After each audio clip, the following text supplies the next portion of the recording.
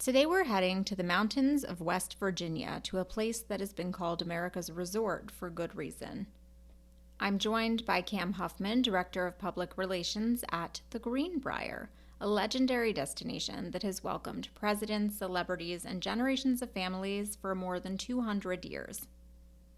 In our conversation, we explore the legacy of resort culture in America, the tradition of summering at grand estates, the art of hospitality, and how the Greenbrier continues to honor its storied past while embracing the future. And of course, I had to touch on the iconic interiors with the unmistakable influence of Dorothy Draper. So if you've ever been curious about the history and behind the scenes of one of America's favorite getaways, this one's for you. We're stepping into the world of the Greenbrier. Welcome to Grandma's Silver, where tradition meets today. I'm Allie, your host of the Grandma's Silver podcast and founder of the GRANDMILLENNIAL lifestyle. Here, we blend aesthetics with nostalgia, engaging in conversations with lifestyle brands, designers, and more to rediscover the timeless charm of the past. Join me as we journey from home to heart, illuminating the past and polishing the present with the gleam of Grandma's Silver.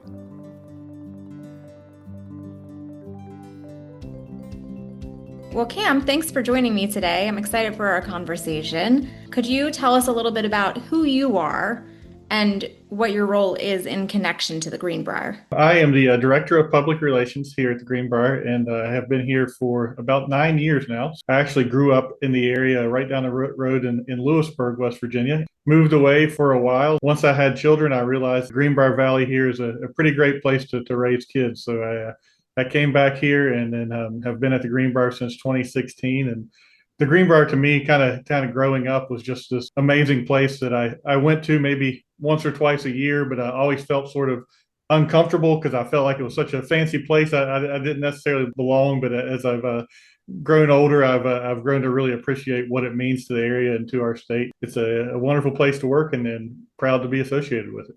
I mean, maybe at the beginning is kind of challenging, but could we talk a little bit about how this all came to be? Sure. The Greenbrier story really is just an incredible one with tons of twists and turns, and it's really hard sometimes. I always get the question of can you sum up the history just quickly? And there's really no way to do it quickly because it's such a massive history. But it all kind of started with the water. There's a natural springs sulfur springs that run through the property. And in 1778, we kind of trace our roots to that date because that's the first time there's a documented case of somebody coming to the area to what they called take the waters, which was drink the water or soak in the water. It was originally considered a cure for rheumatism. Travelers came here to try to kind of heal themselves by soaking or drinking the water. And they had a couple success stories early on, and the word spread, and more people came and would set up camp around these springs and enjoy the beautiful area, enjoy the weather, and then soak in the springs while they're here. And eventually, the tents that they set up around the springs kind of turned into cottages. The cottages were sort of the start of the resort. Some of those cottages still stand on the property today. Eventually, in the mid 1800s, the first hotel was built. In 1913, the current hotel was built, the Greenbrier Hotel, and it has expanded from there. But the history, I mean, we can probably get into a lot more of it, but there's so many things that have happened over the years. It actually, during World War II, the Army bought the hotel and converted it into a hospital, Ashford General Hospital. So there was a time that we didn't know what the future was because it was in the hands of the Army, but after the war was over, they sold it back. And then Dorothy Draper, the renowned New York decorator, redecorated it at the time. Sam Snead came back as the golf pro, and it just sort of took off from there. And it's known for golf. It's known for spa.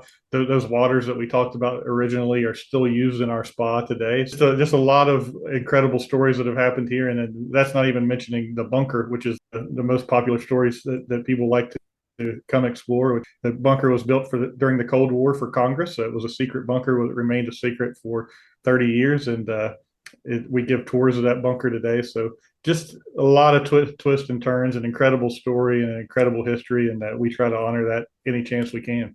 As a history buff, I have all sorts of questions swirling in my mind. The first is that it's really neat hearing that it really all began because of the waters. I'm in the Philadelphia suburbs, and we have at least one that I know of. I'm sure there's probably others, but the mineral waters, that was a really big deal around that time for people to travel to resorts, if we can call them that yet, to take advantage of those mineral waters. So that's really interesting. And the longevity, the one I know in particular, Mhm. that is part of its history, but it didn't really necessarily continue to be part of its story. So it's kind of neat that in your situation, that is still very much a part of its present. I have not heard about the bunker. Oh yes, so that's a story that is really fascinating and really popular with visitors. So during the Cold War, well, I'll back up one step. President Eisenhower actually, when we were in Army Hospital, which I mentioned earlier during World War II, he was here to visit some of the troops. So he saw the property, and then so when he became president, he had this idea for this continuity of government plan. When people think of a bunker, they think of the survival of the people, but it really was more about the survival of the institution of government. He wanted a plan for each branch of government of what would happen in the event of a disaster that government could continue. So part of that plan was a secret bunker here at the Greenbrier that would have housed all of Congress. So in the event of the Cold War becoming hot, so to speak, the Congress would have come here. At first, the plan was by train, later by plane, come and stayed at this secure bunker. It was a fallout shelter. It wasn't a bomb shelter, so it couldn't have taken a direct hit. But one of the reasons it was built here was because they felt like it was a target that people wouldn't pick up. It's hidden among the mountains. It's kind of a crazy story to think of a bunker being at a resort, so people really wouldn't have thought it would have been a place. The technology at the time, it would have been, bombs were dropped by planes at the time and delivered by planes. It would have been really hard to hit an exact target among the mountains. So they felt like it was a secure location and felt like it was a plan that would succeed. Luckily, we never had to test that plan, but it was exposed in 1992 by a story in the Washington Post. At that point, it was no longer serviceable. So the Greenbrier at the time said, "Well, what do we do with this huge bunker?" And I think nobody at the time really realized how popular the tours would become. But now, so many years later, it's still one of the most popular things that our guests do is take those bunker tours, and it's really a fascinating look behind the scenes of an interesting time in American history. That's pretty neat. I'm glad that you shared that because I did not know personally. That's really cool. The one thing I wanted to ask you, because if we're talking names, right, Greenbrier, but it's also been dubbed America's Resort. Mm-hmm. How did that do? Do you know the story behind that? I think mainly it was one of the first resorts in America that kind of offered those same things as sort of some of those European resorts. Like I mentioned, it kind of started with the waters and the spa and the healing. So that was always a big thing early on, and it was one of the only places in America that kind of had that to offer. So I think the term America's Resort kind of came out of you don't have to leave the country to get those services. You can come right here. And more than that, since that time, I think our story is connected with America's story on so many levels. We talked about the bunker. We've had 28 presidents visit. The number's 11 presidents that visited even before the Civil War. It really is America's resort because everything that happens is tied together. If we think back to sort of like the golden era of resort vacationing, right? Because that was I mean, it still is, but was a very big thing for a period of time there. What did that look like then? And are there things that have been maintained that were part of those experiences or kind of I don't want to say the word heyday because it's still very much Right. present part of resort vacationing. But does that question make sense? Sure. Yeah. And I think sort of what made the Greenbrier popular in that heyday, so to speak. Well, a couple of things. We were owned by CSX, the railroad, for almost 100 years. There's a railroad station right across the street from our main entrance. So the convenience of getting here made it a wonderful place to come because you could jump on the CSX railway and visit their hotel. So get off right across the street. We'd bring a carriage or a shuttle over and bring you right over. So the convenience was something that was big. It was a popular resort for Southerners during the summertime because it's a little cooler here in the mountains. They kind of wanted to escape some of that heat and enjoy the summer evenings in West Virginia are absolutely perfect. That's my favorite time of the year here. So many Southerners and prominent Southerners came to visit that really became one of those places that you had the networks, the who's who and politics and that sort of thing all sort of came here. And the most popular things kind of to do here, dating back to 1913, when the current property was built, one of the first things that, or actually before the hotel was built, a bath wing was built to house the spa. and then a golf course was built immediately. So spa and golf from the beginning were two of the things that really drew people here. And it's two of the things that we still take great pride in today. Those original pursuits are still very much a part of why people want to come today. Now, and understanding that you kind of grew up in the area, so you might be able to speak to this on a personal level, but then also just professionally being on site. Could you kind of paint the picture for those who are unfamiliar with the region, just sort of the geography, but then also what the resort's geography is? Like, what could people find when they're there? What makes it so special in that way? So the Greenbrier is located kind of in southeast West Virginia. We're right on the border of Virginia. Actually, the Virginia border is about 9 miles from the resort. So it's right on the border among the Allegheny Mountains. It's a beautiful, beautiful area. One of the things we always get from guests is that they knew about the services we offered as far as, spa and golf and those things. And they knew, they had seen pictures of just how beautiful it was. But the people, I think, are truly what makes this area special. They take a lot of pride in the area. They're kind-hearted people that will do anything for you. So I think that's one of the signature traits of the Greenbrier is those people. But as far as the property itself, it's 11,000 acres. We have the hotel. We also have cottages and estate homes. So altogether, we have around 650 rooms that you can get. And one of the things I think that's unique about us is with those cottages and estate homes, there's so many different configurations that it can fit whatever group, whatever size family, whoever you're traveling with, there's a perfect option for you, whether you're inside the hotel or right outside of the hotel in one of the cottages. And those cottages have living areas and some of them have kitchens. So if you want to come, just have a family gathering and cook your own meals and do that sort of thing, those options are available. So we have over 50 activities on the property. Part of the property is sort of set in the valley. The golf courses are in the valley, but then we have some restaurants and some places to explore on the top of the mountain. There's great hiking. You can go from the bottom to the top, so to speak, and see all the land and the geography here. And it's really an incredible spot.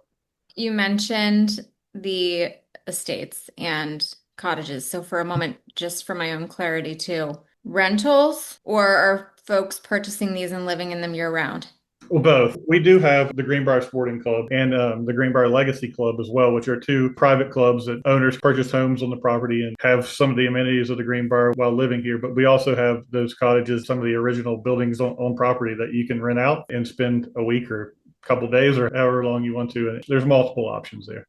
Okay. You also mentioned that summer evenings, I think because of the weather maybe, but that summer evenings were some of your favorites. So if we're talking about summertime, which we're in that season, what makes being at the Greenbrier so special? First, just the quiet, fresh mountain air. I think if you get outside and you can see the stars and you're kind of covered in a blanket of stars if you get out in a summer evening.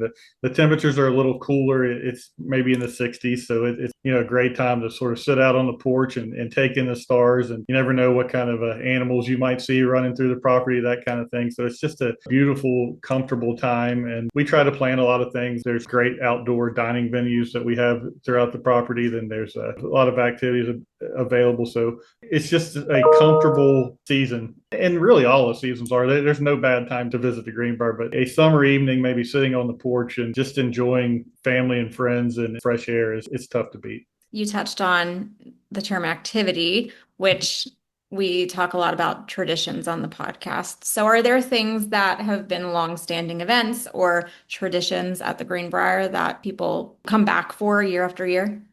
Some of those are just family's own traditions and things that they've done and enjoyed over the years. But 4th of July is a big time here. We're America's resort. Where else would you want to celebrate America's birthday but America's resort? Christmas is a hugely popular time here. We decorate almost every inch of our 11,000 acres for Christmas. And a lot of times we get a little bit of Christmas snow and we have sleigh rides and an ice skating rink. Those are two times that people really enjoy coming back. And a new tradition that we've kind of started in the last 10 years is the Greenbrier Concours d'Elegance, which is a high-end kind of car show with collector cars. We have that every May, and cars come from all over the country, some of the most amazing cars. And we line them up, the iconic front circle of our front entrance. It makes for some beautiful pictures, some great fellowship, and that's become a one of our favorite events throughout the year. That's neat. I grew up going to a lot of car shows with my dad, so that's a fun. I've always been kind of a sucker for a good Yeah, for a it's good. really It neat. just there's just something about them, you know? Yeah, there's a really neat. It's a really neat event. We actually do 3 days of it, and the first day is a drive. Obviously, there's beautiful mountain roads and places to explore around us. So every year we kind of go to a new West Virginia location, something to highlight, and take the cars on a drive, and maybe have a picnic or something when we get there. Those kind of things. And then Saturday we have sort of a more traditional car show, which is sort of anybody's invited. Bring your car and have fun and show off your favorite car. And then Sunday is sort of a more exclusive thing where the cars are kind of handpicked and selected. But all 3 days are great. And there's a long history of between the automobile industry and the Greenbrier as well. Several manufacturers have done advertisements, whether it be print advertisements or video advertisements that they've done here over the years. Some of the manufacturers have been coming here for events for hundreds of years. We have pictures of people like Walter Chrysler and the Ford family on the property. There's a long history of cars. That's what kind of has made this event even better. And one of the things we do with a lot of things we do is try to tie that history to the present. So it's been Yeah. extremely successful. How neat. Well, I'm kind of bouncing around here, but going back to history, and you just mentioned kind of some notable figures. Do you have, and I'm sure this is a loaded question, but are there any particular stories connected to notable figures' visits?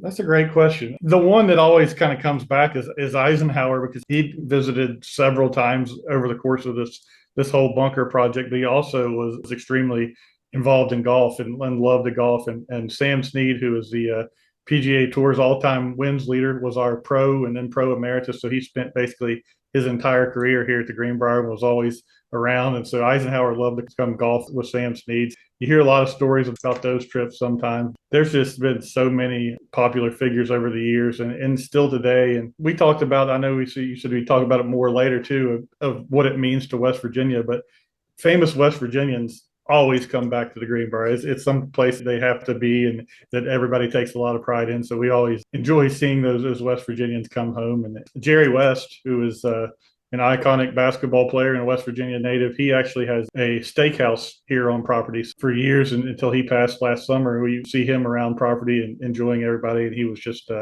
kind of one of us and like just being Jerry here and not being a celebrity, but you'd run into him and a lot of people would be eating at his restaurant and be amazed that he was actually in there and they get a chance to see him and spend some time with him. So, Well, and I love that if we're saying America's resort, right? It's also a lot of people's home and their sure. tradition in a space where they feel very comfortable. So maybe now is the time to kind of talk a little bit more about what it means to the state. You mentioning that made me think of another thing is family legacies here. Some of the people that have worked are doormen or people that have been here for years, and we have a lot of employees who have been here 50, 60 years. It's Wow. amazing.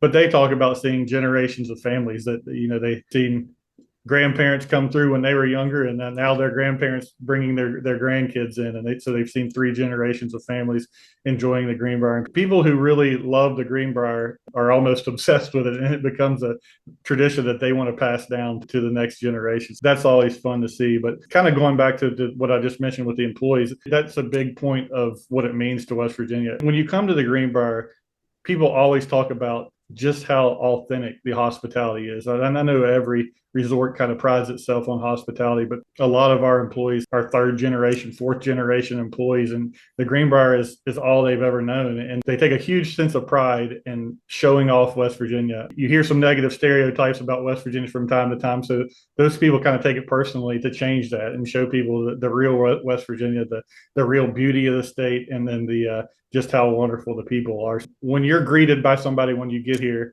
they're greeting you because they truly care, not just because it's on a piece of paper that tells them what to say when somebody gets here. They want you to have a wonderful time. They want you to have the same love for the Greenbrier as they do, and they want you to experience the best of West Virginia.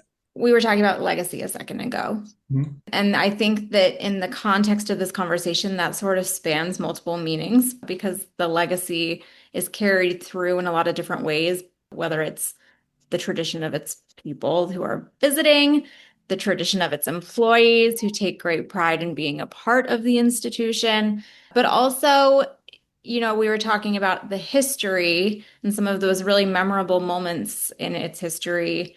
Mhm. Do any of those things play into today's legacy of the Greenbrier? Like how does the sense of pride in having those experiences, maybe I don't know if that's the right word to use, but how does that play in at all into how the team approaches its hospitality today? I don't know if that's the right way to phrase that. Yeah, I think it does. I think the way I see that probably the most is in the resort industry, you always have to have something new and different and try to keep up with other resorts and make sure you have all the newest activities. But we sort of pride ourselves too on the simplicity of things that's sort of been why people have come here for over a century is to sit outside and enjoy each other's company, to enjoy the air, to get out maybe and catch fireflies on a summer night, have s'mores by a fire. Those simple things are reasons why people still come today. They kind of see the Greenbrier in a lot of ways, although we have new and fun modern amenities. They see it as a throwback to simpler times in a lot of ways. So they want to share that with their families and the next generation and just kind of experience what West Virginia life is a little bit, whether it's fishing in the creeks we have throughout the property or, as I said, just kind of sitting on a front porch and spending an evening talking with the family. Those simple things I think are still what draw people and have for over a century. How are you balancing that modern with the old fashioned? It's tightrope to walk, so to speak. For an example, I mentioned Dorothy Draper earlier, who decorated the hotel right after it was repurchased after World War II. And her style is very bright, colorful, a lot of flowers, and a unique style that a lot of people love, but some people look at today and say, what is this? That's just an example of how we want to carry that tradition because it means so much to people. But we also have to look at certain spaces where maybe it's not as much that way that the more modern people are going to enjoy. So it's always a an interesting dynamic to try to figure that out.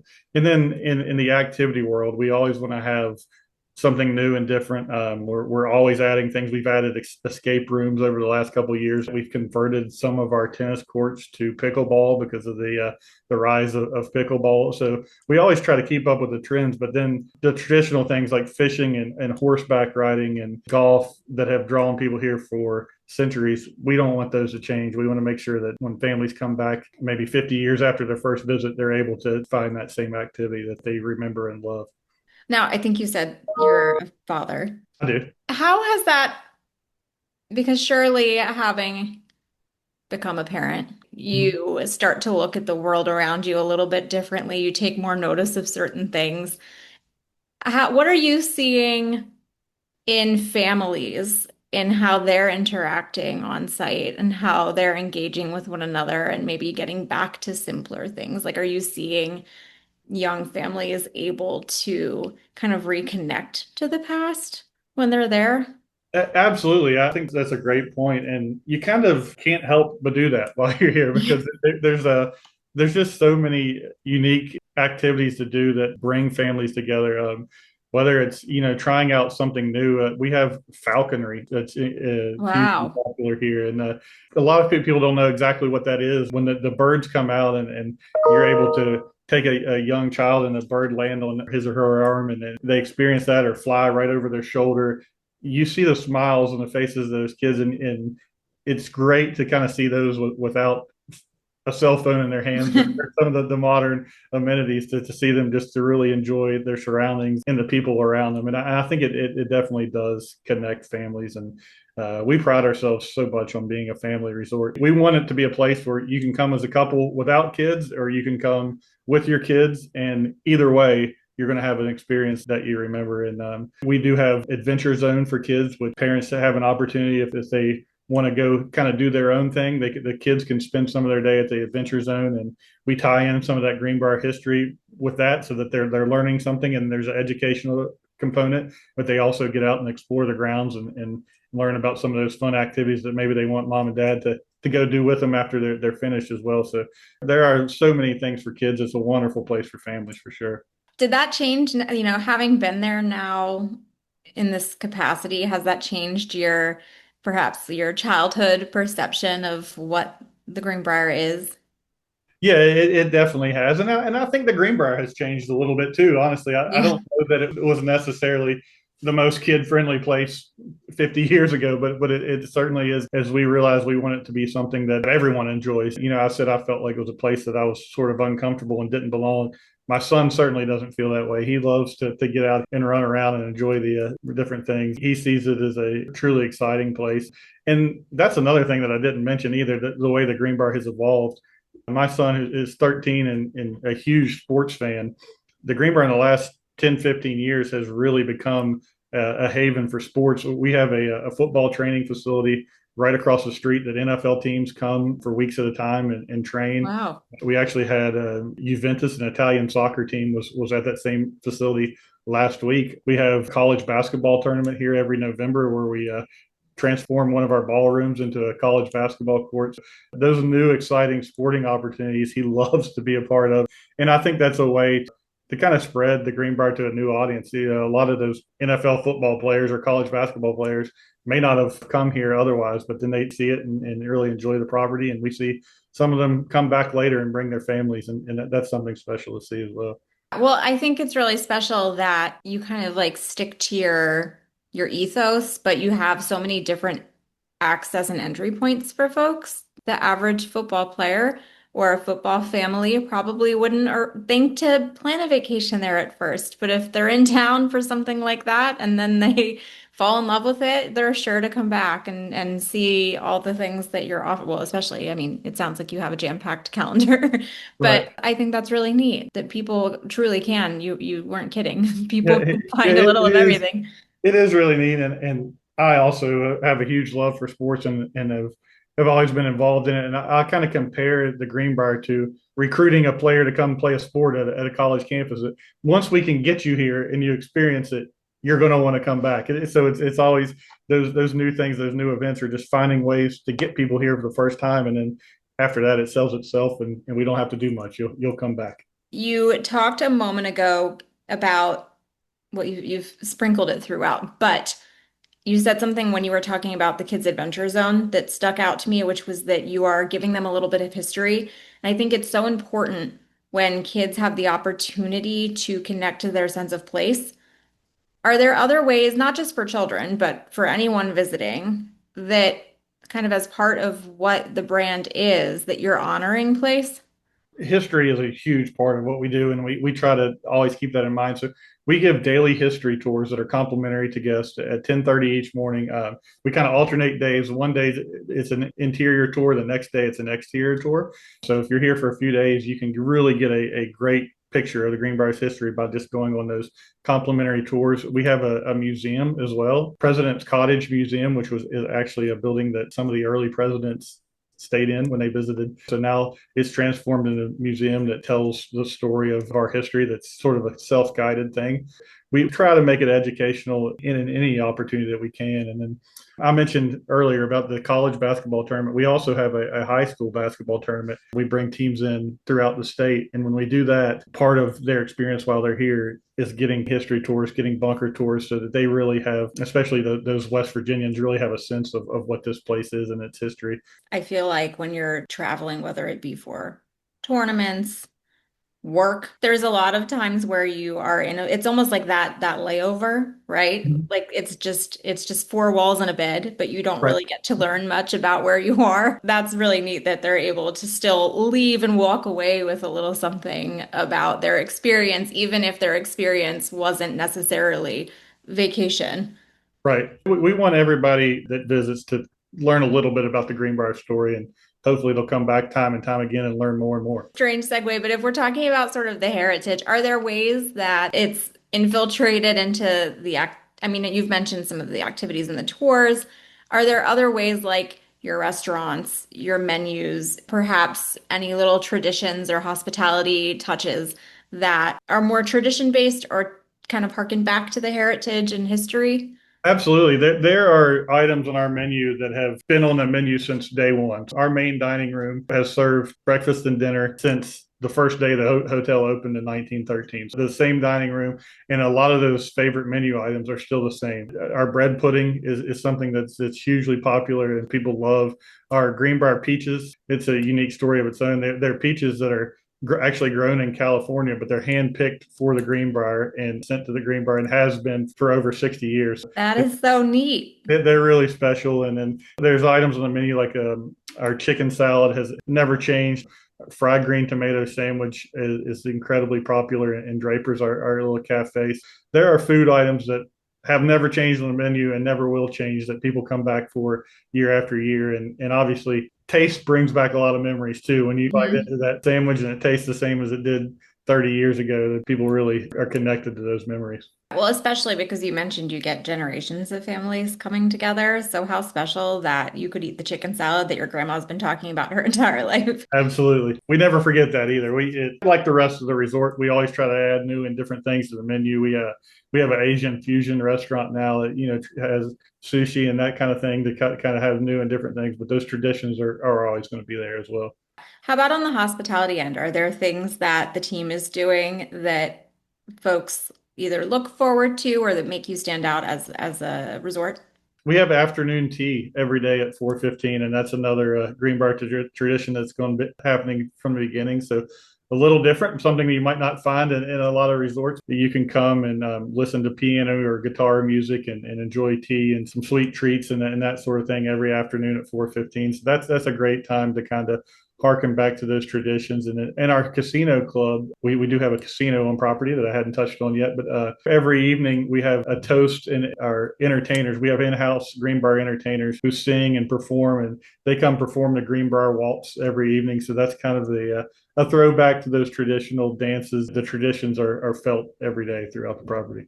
You've touched a little bit on things that are specific to summer, and while this is going to go out very soon and it's a summery month, are there things that you wanted to touch on that happen other seasons as well? I mentioned summer evenings in West Virginia, but overall, fall is probably my favorite season. Perfect temperatures throughout the day in the fall, and the colors on the mountains that surround the resort are just breathtaking. It's a wonderful time to be here. And we have different events, s'mores by the fire, those sort of things during the fall. We have cider outside, and hay maze we do sometimes around Halloween and Thanksgiving. It's an event every year called Fall Flavors of Appalachia that we have in November.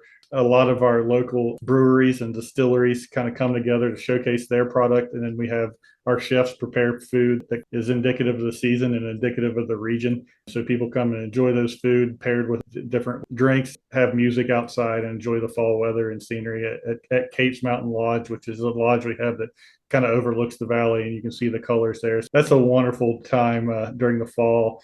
The winter, we try to embrace the weather as much as we can. We have a lot of indoor activities, an indoor pool that has been here since the hotel was built in 1913. But we also have carriage rides through the snow. We have ice skating outside. We have a lot of different activities that you can really get out and enjoy and embrace the weather as well. For years, the Greenbrier was sort of known as a summer resort. We've tried to change that a little bit because it is really special to be here in the wintertime, especially Christmas time. December weekends leading up to Christmas, we have weekends with Santa. Kids can come in and story time with Santa, get the family photos ready for Christmas. We have a tree lighting every Saturday night during those weekends where everybody can come together out on our front lawn and kind of have hot chocolate and cookies and sing carols, and then Santa comes and lights up the tree. So it's a really a special moment as well. And then springtime, Easter is hugely popular here. We have a lot of Easter events, Easter egg hunts, petting zoos, that sort of thing. We embrace the Easter season. So there's truly not a bad time to visit. There's always something going on. We talk about design all the time here on the podcast. Could we chat about the Dorothy Draper connection a little bit more? Sure. As I mentioned, Dorothy Draper was hired right after the war. So we were in Army Hospital, Ashford General Hospital. And as you can imagine, not that it was beat up, but, having transformed into hospital rooms and having, soldiers throughout the hotel during the time, it needed kind of a makeover before we reopened. And Dorothy Draper at the time was sort of the prominent New York decorator. She was hired to come in and completely gave the entire resort a facelift. And when I say completely, it wasn't just decorating the walls and the carpets and those sort of things. Like, she was responsible for picking out the china. She picked out the uniforms that our employees wore. She designed even the matchbook covers. It was down to every aspect of what the Greenbrier was going to look like when it reopened was Dorothy Draper. Carlton Varney, who took over her company, continued that tradition. everywhere you look still today, it has that Dorothy Draper look and feel. And in some of the rooms, even our crystal ballroom, our Victorian writing room, are pretty much exactly like Dorothy Draper designed it. You still feel that feel everywhere you go throughout the resort. Her company is still decorating the resort today. So the checkerboard floors, the rhododendron patterns, the florals, the bright colors. It's different. The Greenbrier doesn't look like any other resort, but it's really a special thing. And we take great pride in Dorothy Draper and her connection here. We have a Dorothy Draper weekend every year where people can come learn, tour, and learn more about the style and meet with people from her company and kind of do seminars and learn more about how that all works. We have an upholstery shop actually right here on property that is filled with Dorothy Draper fabrics. And whenever a chair needs recovered, a couch needs recovered, or new drapes put up, they can jump into action and kind of fix those things. It's really a special look. I guess it's maybe not for everyone, but there are a lot of people who really appreciate the Dorothy Draper background. We have an audience here that I don't think anybody would not enjoy that's listening. You kind of got me thinking because in a lot of ways, because her stamp was everywhere, Mm-hmm. it's almost like a living museum of her work. So how do you balance like the identity of Dorothy Draper, her history and her stamp and her brand with the Greenbrier? They're almost just one and the same because, as you said, she had a lot of famous projects and worked all around the country. But I think most people connect Dorothy Draper with the Greenbrier. It's sort of her most famous works. Like you said, that's a great description. It is sort of a museum to what she did. And every decision that is made still today, Meriwether Franklin works here on property and is kind of in charge of all our design aspects. And she worked for the Dorothy Draper Company. So everything that she does, she keeps in mind kind of what would Dorothy do. We still very much embrace it and want the property to still have that feel. And if you come here, you'll definitely learn a lot about Draper and her style. Because of course it is very classic, but there's a playfulness to it. It's colorful, there's pattern, it's what today they may dub as maximalist. How does that play into the spirit of how y'all are operating? One of the things we want is for people to come visit. We just want to see people smile. That's kind of our overall goal with everything we do, whether it's a fun, different activity, whether it's the music that we have in the lobbies, the flavors of the food they have. We want to see smiles on people's faces. And in my opinion, when you walk into a Dorothy Draper decorated room, you can't really help but smile. It can kind of the colors and the vibe just kind of make people happy, and it's beautiful all the time. But especially at night, to me, it really pops when the kind of the lights are on and the lights are a little dimmer, but then you see the colors behind it. It does bring a smile to your face, and I think that's one of the reasons why her legacy and her stamp here has lived on for so long. Is it just fits what we want to do with the Greenbrier and what we want the Greenbrier to be. Are there spaces, and I think you mentioned the ballroom, but spaces that people really gravitate toward? Our cameo ballroom, which was our original ballroom, where the Kennedys danced on their honeymoon. JFK's parents danced under the chandelier there, and it's classic Dorothy Draper. And then right off of that room is the Victorian writing room, which is basically, if there's one room in the hotel that's really true to her original design, it's that Victorian writing room. And all of them have a Draper flavor, so to speak. Carlton Varney changed some things here and there and gave it his own spin, but that room is truly vintage Dorothy Draper. And I know Carlton used to, I don't know if he has any statistics to back that up, but he used to call it the most photographed place in West Virginia was that Victorian writing room. It's a place that people to gravitate to for sure. This is more of a personal question. Going on I think you said 9 years, so just shy of a decade of working there. What do you love the most about the property or the experience or even your job? That's a difficult question. I think there's so much I love about it. I guess it kind of goes back to an answer I gave earlier. I love because West Virginia is my home and an important place to me. I love its ability to change perceptions. Whether it's an NFL team coming in here who knows what they've heard about West Virginia before they get here, just a family that comes in. I love showing off what makes the state special. I love being on the creek fishing or out on the golf course. That we haven't really talked a lot about it, but the history of the golf course is incredible on its own. I said Sam Snead was our pro for years. Arnold Palmer won his first money here. We've hosted the Ryder Cup. We've hosted the Solheim Cup. We've hosted the PGA Tour. We've hosted Live Golf. So the biggest names in golf and the biggest events of golf have all been played here. As a sports fan, that history is fun for me to enjoy.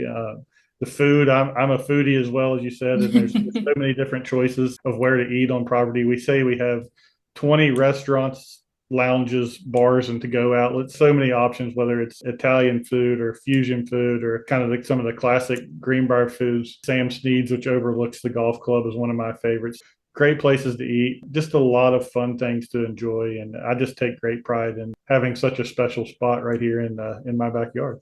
What's your go-to order when you're there? So my favorite is restaurant is probably Sam Sneed's. One of the most popular here is Prime 44, our steakhouse, which is named after Jerry West. But my favorite is a steak at Sam Sneed's. I'll get the New York strip at Sam Sneed's. At Prime 44, the lobster mashed potatoes were actually featured on Food Network's Best Thing I Ever Ate. They're wow. incredible. When I'm there, I have to get those. A recent addition to the menu, which I really love at Sam Sneed's, is lobster and grits. The atmosphere to me is what makes Sam Sneed's. It overlooks the golf course, giant windows that you can look out and see the entire valley, the mountains in the distance, the golf course. So it's just such a beautiful place to eat and a great atmosphere with wonderful food to go with it. One of the last things I wanted to ask you, being someone who's unfamiliar with the region, I'm from the Philadelphia suburbs. You've talked about why West Virginia is just so special and the region, and what are some of those things for those who are unfamiliar? The outdoor activities. One of the things that makes the Greenbrier unique is being able to enjoy some of those West Virginia things. Fly fishing on the creek. We have miles and miles of trails for off-road driving. We take Jeeps up there. We take Polaris side-by-sides. That's one thing I really love to see is people maybe who come from the city and haven't experienced those outdoors. When they get out there in one of those Polarises and go through a mud puddle and are covered with mud when they come back in, they may think that's not something that they would enjoy. But again, going back to those smiles, they have huge smiles on their faces after they experience that. Hiking through the woods, beautiful places you see. The landscape is just amazing. And as I said, it always comes back to the people as well. It's just the people here are so genuine and so caring that I think that's the lasting impression that most people leave here with is, wow, those really are special people. And it really is a beautiful place with a lot to do. So I will go ahead and put links to everything in the show notes for everybody so that they can make sure to, of course, visit the website. But we talked about some more specific things, so I will track those down on the website so that they don't have to and make sure to link to those more specifically for them. And I just thank you so much for taking the time to chat today. It's a really special place and I've never even visited yet, but you just get that feel. So thank you for sharing it with all of us who are listening and, with me today. Absolutely. Thanks for having me. And it's got to be on your list here to come. You got to come visit us.